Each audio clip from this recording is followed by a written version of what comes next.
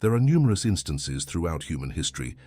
in which facilities originally intended to provide care, comfort, and support to those in need have instead become places of profound darkness and unspeakable suffering. These buildings, constructed with the noblest of intentions and designed to heal the broken and mend the wounded, sometimes transform into monuments of tragedy and despair. In the sprawling capital city of Russia, nestled within the northern districts of Moscow, there exists just such a place, a massive, imposing structure that was designed to be one of the country's most advanced and leading medical facilities, equipped with modern technology and staffed by skilled professionals. However, fate had other plans for this ambitious project, and it was ultimately destined to become not a beacon of hope and healing, but rather a source of unending misery, inexplicable death, and supernatural terror that would haunt the local community for decades to come. Join us as we delve deep into the dark and mysterious past of Khovrinskaya Hospital, a place where the boundary between the living and the dead seems to blur with terrifying frequency. Our story begins on a cold evening in Moscow,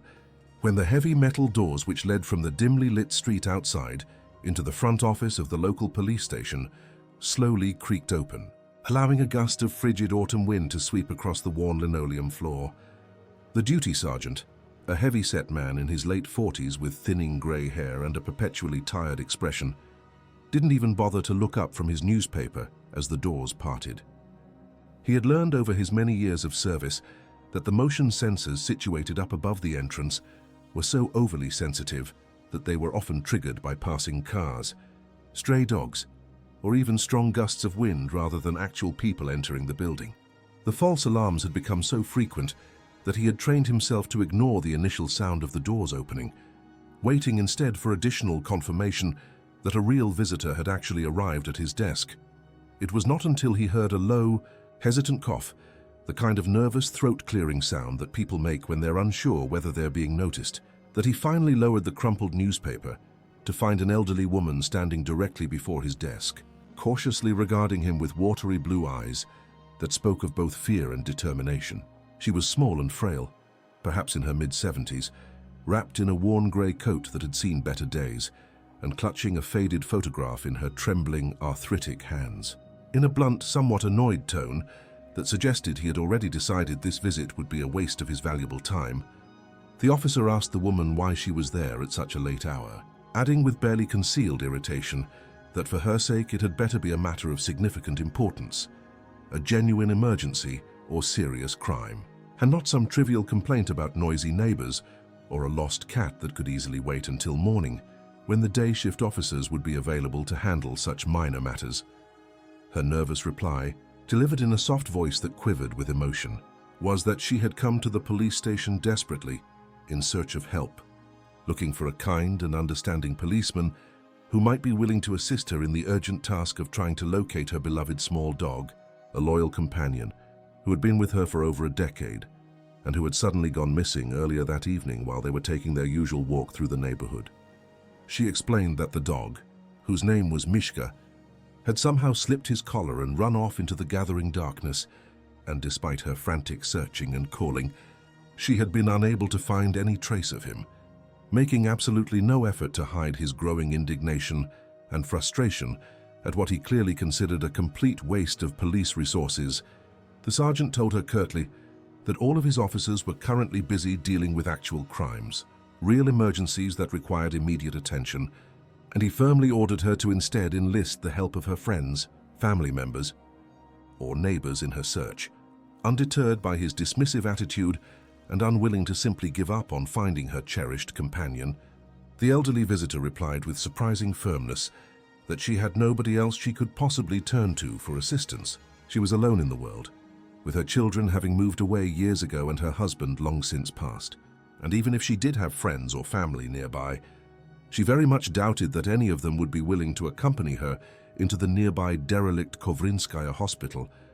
the massive abandoned building that loomed over the neighborhood like a dark sentinel, where she believed her dog had unfortunately wandered. At the mention of that particular abandoned building, a structure that had become synonymous with tragedy and death in the local community, the sergeant's eyes suddenly narrowed with concern, and his entire demeanor changed from mere annoyance to something approaching genuine alarm. Carefully folding his newspaper and laying it flat on the cluttered desk before him, he leaned forward in his creaking chair and replied in a much more serious tone, saying gravely that nobody under any circumstances whatsoever should be entering that cursed place, not even in broad daylight and certainly not alone. He continued by stating bluntly that if her dog had somehow managed to stray into that nightmarish building, then the animal was almost certainly already dead, either from falling through one of the many holes in the rotting floors, tumbling down an empty elevator shaft, or meeting an even worse fate at the hands of whoever or whatever lurked within those dark and crumbling walls, and that tragic reality should simply be accepted as the unfortunate end of the matter. But the elderly visitor, driven by love for her faithful companion and refusing to accept the possibility of abandoning him to such a terrible fate, was not to be dissuaded from her chosen course of action. She unsuccessfully appealed several more times for official police assistance, her voice growing more desperate with each plea, only finally leaving the station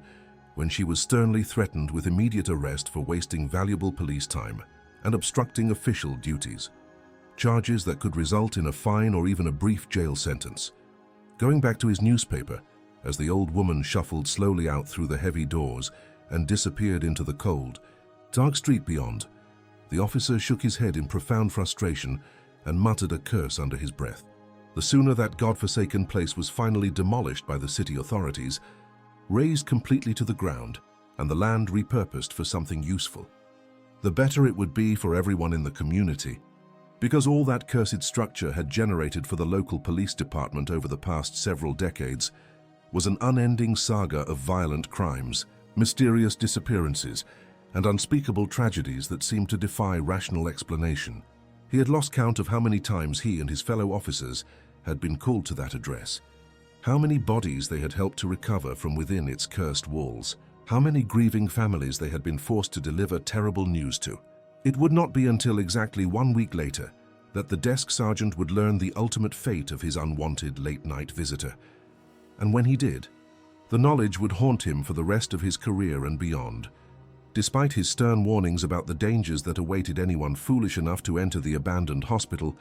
she had indeed gone off alone into that terrible place in search of her missing pet, driven by love and desperation to risk whatever horrors might lurk within. She would only be discovered several days later, her body found in both horrifying and deeply mystifying circumstances that would baffle investigators and add yet another layer of dark mystery to the building's already infamous reputation. But to understand how this particular tragedy fits into the larger, more terrifying story of Khovrinskaya Hospital, we must first go back several decades and examine the facility's troubled history from its very beginning, tracing the series of unfortunate decisions, bureaucratic failures, and supernatural coincidences that transformed what should have been a symbol of hope and modern medicine into one of Moscow's most notorious and feared locations, a place that would claim numerous lives and generate countless stories of paranormal encounters over the course of its dark existence. Having historically suffered from a severe and chronic lack of adequate healthcare services, medical facilities and hospital beds throughout the Soviet era, during the economically challenging 1970s approval, was nevertheless given by the authorities in Moscow for the ambitious construction of a massive, modernized medical facility that would serve the growing population of the city's northern districts. After extensive planning and debate among city officials, bureaucrats and medical administrators, it was decided that the capital's impressive new hospital would be strategically located within the city's sprawling northern Khovrinskaya district, not far from the scenic Likaborka River, in an area that was experiencing rapid residential development and population growth. The project was announced with great fanfare in the state-controlled media, with officials promising that this new facility would represent the pinnacle of Soviet medical achievement and would provide world-class healthcare to thousands of citizens. However, from the very outset of the planning process, there was considerable speculation and quiet concern amongst many of those directly involved in the project that its scope and ambition may well have dramatically outstripped the realistic ability to successfully deliver it on time and on budget, concerns that would prove to be tragically prophetic. As events unfolded over the following years, the initial budget which had been allocated by the Soviet authorities for the construction was quickly deemed woefully insufficient by experienced contractors and engineers for the successful completion of such an enormous 10-story building, one which was being ambitiously designed to hold up to 1,300 patients at full capacity, along with hundreds of doctors, nurses, and support staff who would be needed to operate such a massive facility. Alongside these serious financial concerns, closer and more detailed inspection of the specific area that had been designated for the construction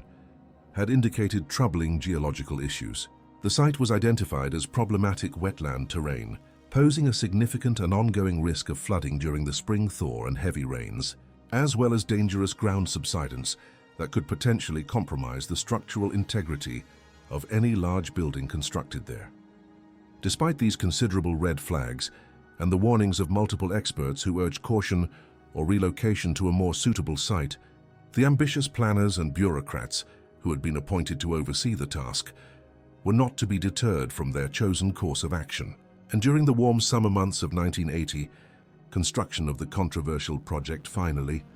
commenced amid much publicity. Curious neighbors and interested passers-by would spend the next several months watching on with a mixture of fascination and skepticism as the gigantic hospital structure gradually began to rise from the muddy ground, its concrete skeleton growing taller with each passing week. The building was constructed around an unusual three-rayed star plan, a design that was intended to maximize natural light and improve traffic flow within the facility. And the architects had chosen to design it using harsh brutalist architectural principles that were popular in Soviet construction at the time.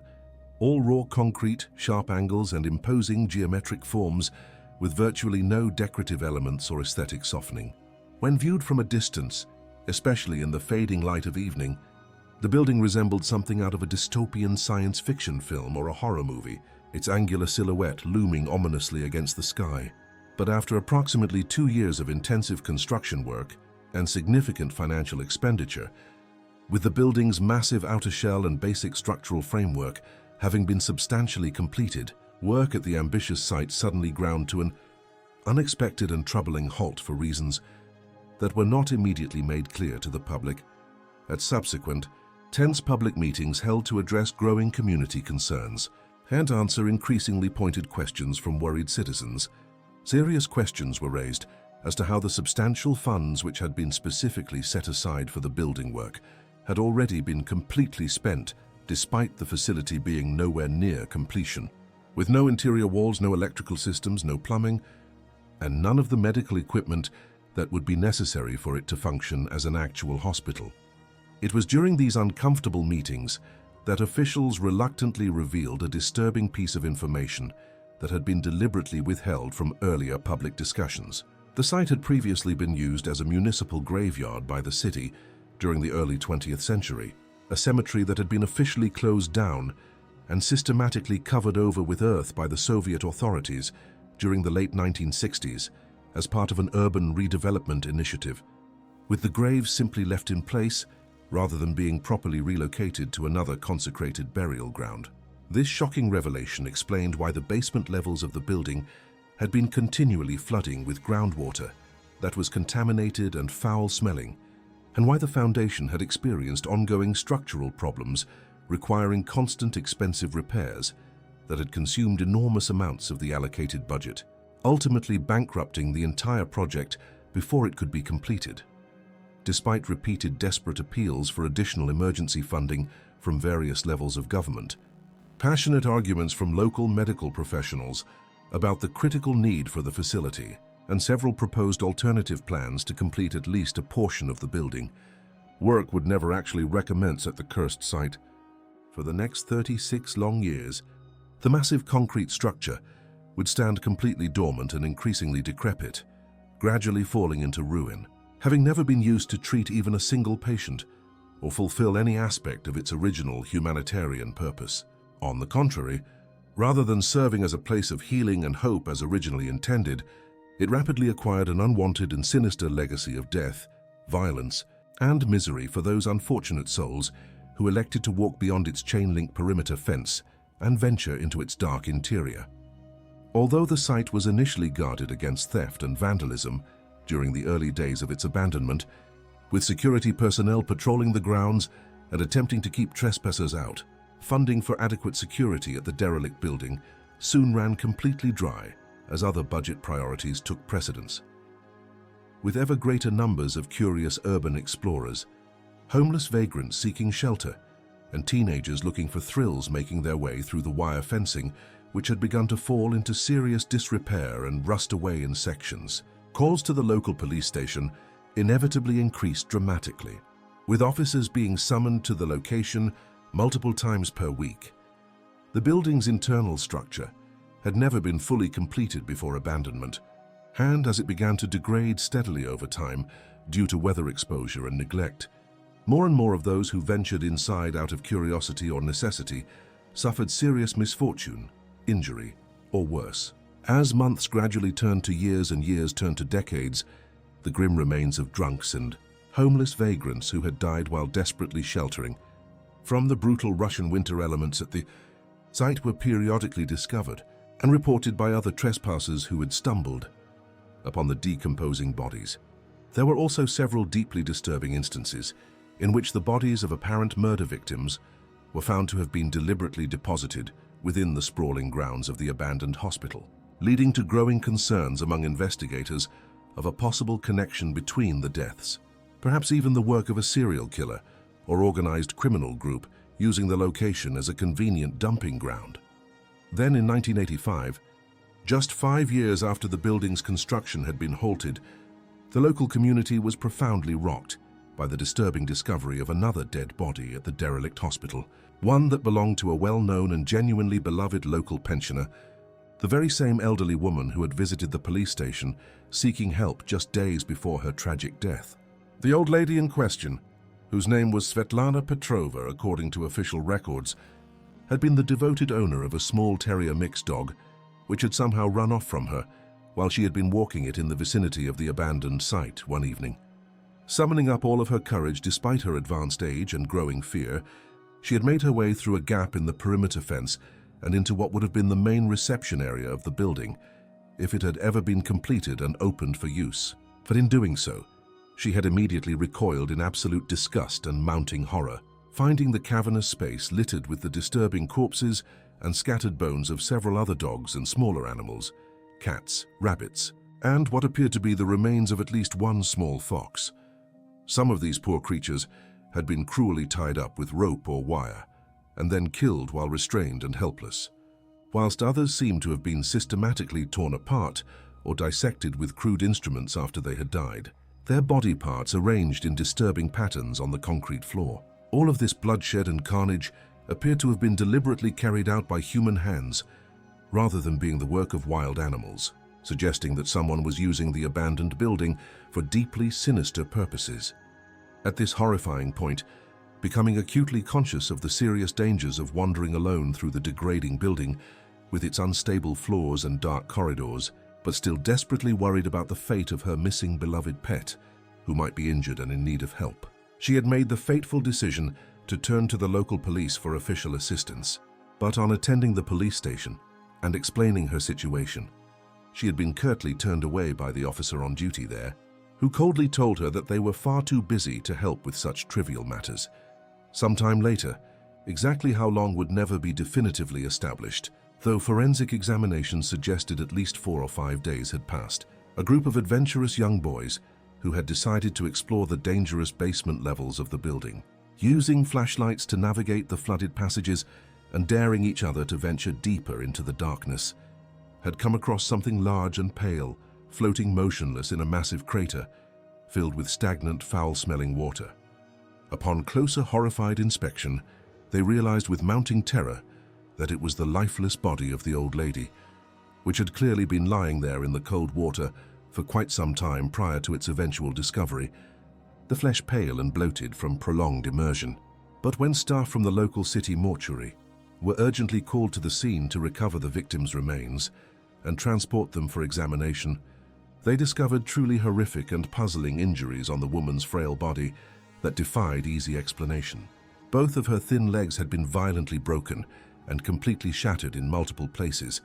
along with similarly massive catastrophic injuries to her spine, lower back and pelvic region, the kind of severe trauma that would typically result from a fall from a great height, perhaps from a tall building or bridge, suggesting a drop of at least 5 or 6 stories. And yet, this is where the mystery deepens into something truly inexplicable that would puzzle investigators for years to come. The specific room in which she had been found floating was fully enclosed within the basement level of the structure, with no open shafts or holes in the ceiling above through which she could have possibly fallen, meaning that it was physically impossible for her to have come to rest in that particular water-filled crater of her own accord through any normal means. There were no accessible elevator shafts directly above, no stairwells that would explain such injuries, no architectural features that could account for the nature of her wounds. The Moscow police found themselves grappling with an impossible situation, a body with injuries consistent with a great fall, discovered in a location where such a fall could not have occurred. This baffling case would remain officially unsolved, filed away with other mysteries associated with the cursed building, adding to its growing reputation as a place where the normal laws of physics and reality seem not to apply. The Moscow police would find themselves facing a similarly perplexing and disturbing situation 2 decades later in 2005, when they were urgently asked by a desperate family to conduct a thorough search of the abandoned site for a missing person who was feared to have come to harm. They had been contacted by the increasingly frantic family of a 16-year-old boy named Alexei Krishkin, a popular and well-liked youth who was known affectionately amongst his close circle of friends by the nickname Edge, a name he had chosen for himself that reflected his interest in extreme sports and urban exploration. Alexei had sadly suffered from both severe anxiety and clinical depression throughout much of his short life, conditions that he had been receiving treatment for, and on this particular occasion had abruptly left his family's apartment,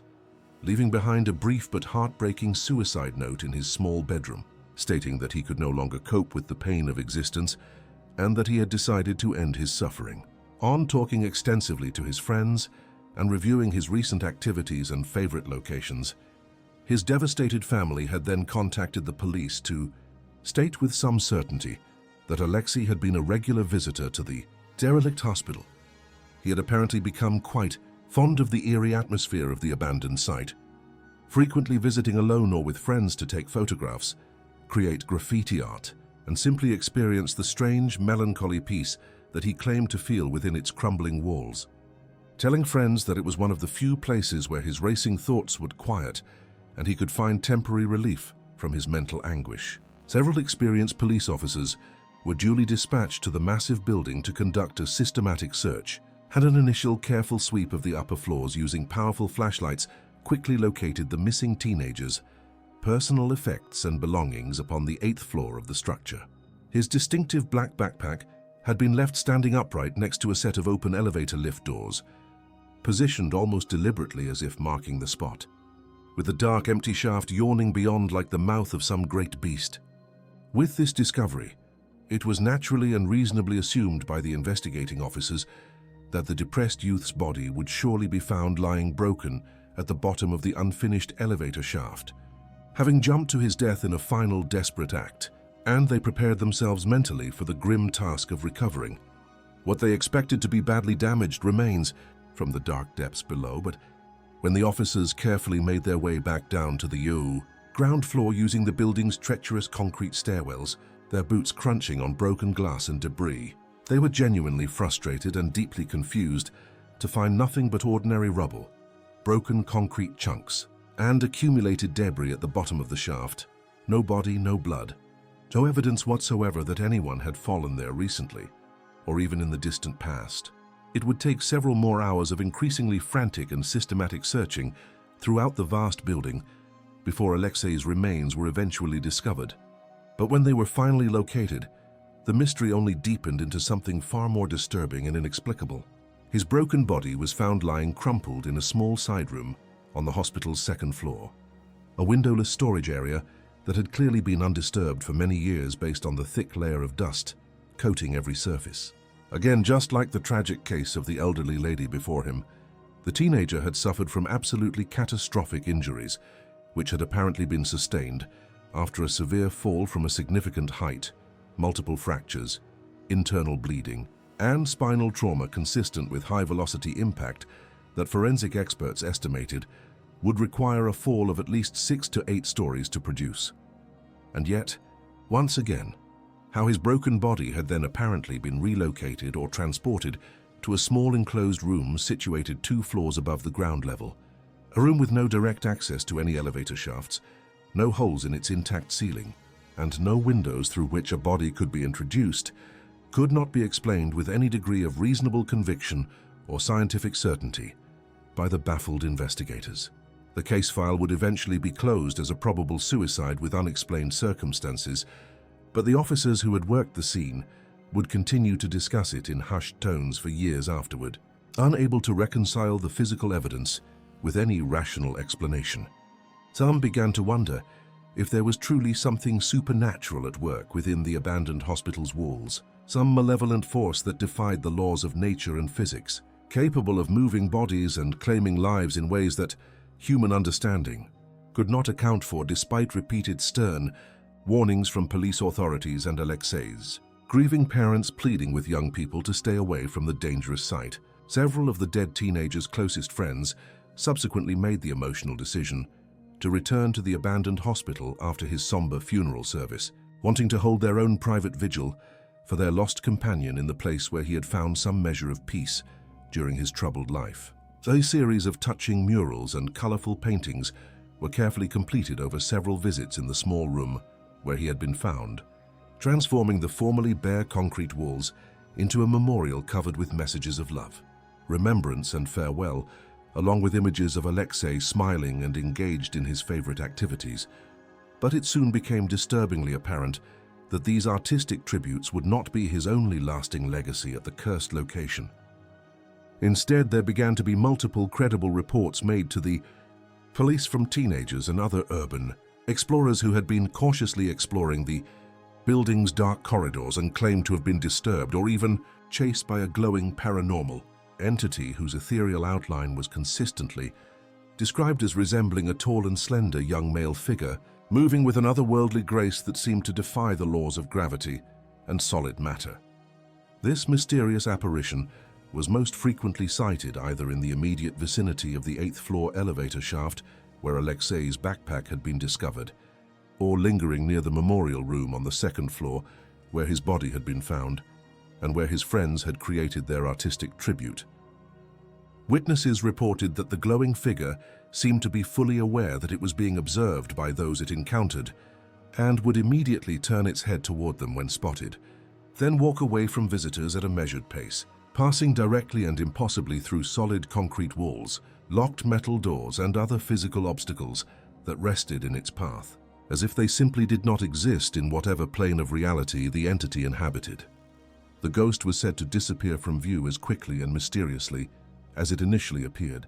fading away into shadows or simply vanishing mid-stride, leaving witnesses shaken and questioning what they had just experienced, many vowing never to return to the haunted location again. Other disturbing stories which have circulated widely throughout the local Moscow community over the years make mention of a trio of teenagers who were allegedly found brutally slain at the site at some point during the year 2006, their bodies discovered in various states of mutilation that suggested extreme violence, though official confirmation of this incident has never been provided by authorities,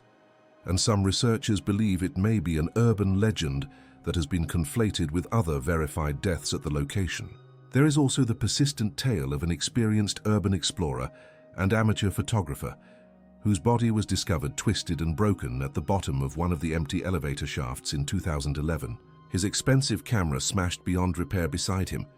though what had caused him to fall, whether accident, suicide, or something more sinister, was never conclusively determined by investigators. The exact total number of people who have been found deceased at Khovrinskaya Hospital over its 36 years of abandonment remains extremely difficult to verify with any certainty, as the city authorities have repeatedly and stubbornly refused to release any official figures or comprehensive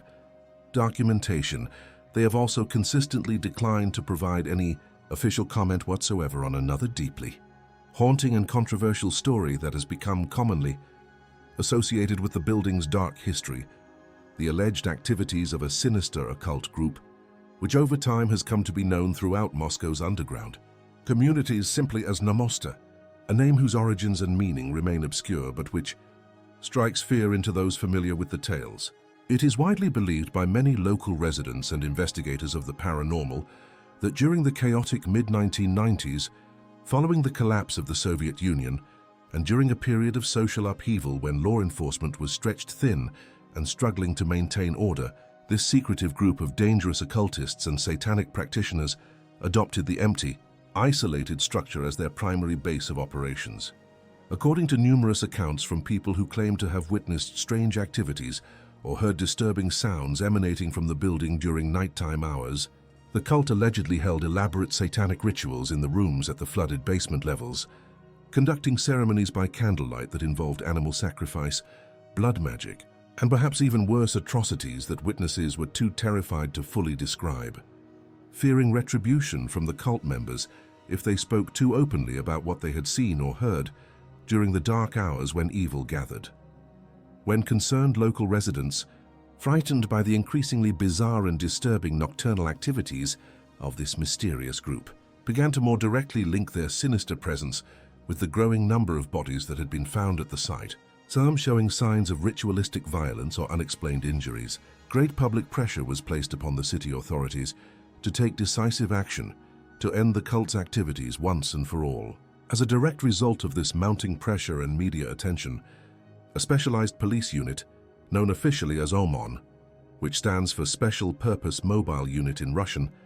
sometimes referred to by Western observers simply as OMON, was specifically directed to resolve the dangerous situation and was granted extraordinary authority to use any means they deemed necessary to do so,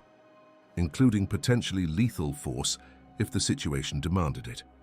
According to persistent rumors that have never been officially confirmed or denied by police sources, the officers tasked with this particularly dangerous assignment spent some considerable time conducting careful covert surveillance of the abandoned building, watching from hidden positions and documenting the cult's patterns, until they came to a point where they were satisfied that the cult members had assembled in significant numbers for what appeared to be a major ritual gathering. It is then alleged by multiple sources that the heavily armed tactical unit suddenly stormed the building under cover of darkness, moving swiftly through the corridors. The elite officers reportedly herded the terrified cultists far down into the deepest basement levels where the freezing water was waist-deep and escape routes were limited. And there, according to the darkest versions of the story, the cult members were summarily executed without trial, their bodies weighted down and left to decompose in the flooded chambers where they would never be found by ordinary investigators. And there, if the rumors are to be believed, their remains continue to rest even today, hidden away below the dark floodwaters in the building's lowest levels, a secret mass grave that will never be officially acknowledged or investigated. Whether this story is based on actual events or is merely an elaborate urban legend born from the building's already sinister reputation is impossible to verify, as all official requests for information have been met with stony silence from police authorities and city officials who refuse to either confirm or deny the allegations, depending on whereabouts one might inquire within the surrounding neighborhoods and which local residents one chooses to question about the cursed location. Radically different theories are bound to be offered as to what truly took place within the infamous walls of Khovrinskaya Hospital during its decades of abandonment. Nobody knows for absolute certain whether the numerous unexplained deaths which occurred there with such disturbing regularity were the result of supernatural activities, vengeful spirits of the dead, demonic entities, or some other paranormal phenomenon, or whether they were simply the grim deeds of one or more human killers taking advantage of an isolated and largely unmonitored location to commit their terrible crimes. But despite this uncertainty and lack of definitive answers, everybody in the community seems to have a strongly held opinion about what really happened and who or what was responsible for the tragedies. Some Muscovites firmly blame the Namosta cultists for the majority of the deaths, claiming with conviction that the number of bodies being discovered at the building site dropped drastically and noticeably once the OMON police unit had allegedly acted aggressively against the satanic sect. suggesting a direct causal connection between the cult's activities and the murders. Others in the community believe with equal conviction that the deaths were actually the methodical work of a serial killer, or perhaps even worse, a coordinated group of multiple killers who may have been working together in some sort of horrific murder club or death cult, either using the abandoned building as a convenient and isolated place to commit their crimes away from witnesses, or as somewhere to display their grisly trophies to one another in a sick competition, comparing their kills and methods.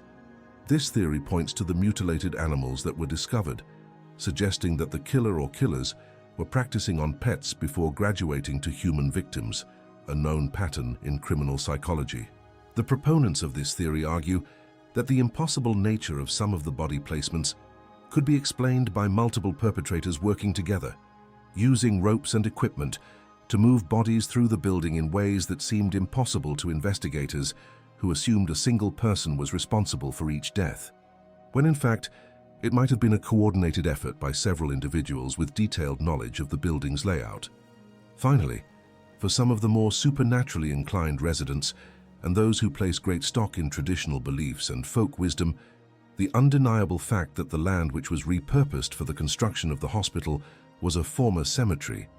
consecrated burial ground where thousands of bodies had been laid to rest over many decades, is perhaps the true and most obvious cause of all the horrors that subsequently took place there. According to this perspective, the spirits of the dead, angered and disturbed by the desecration of their eternal resting place,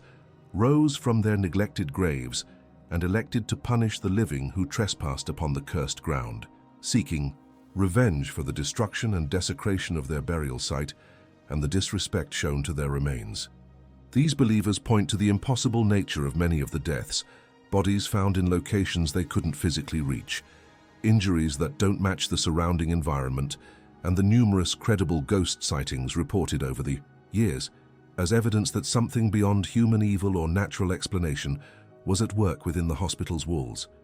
something ancient and vengeful that could not be reasoned with or stopped by conventional means. Sadly,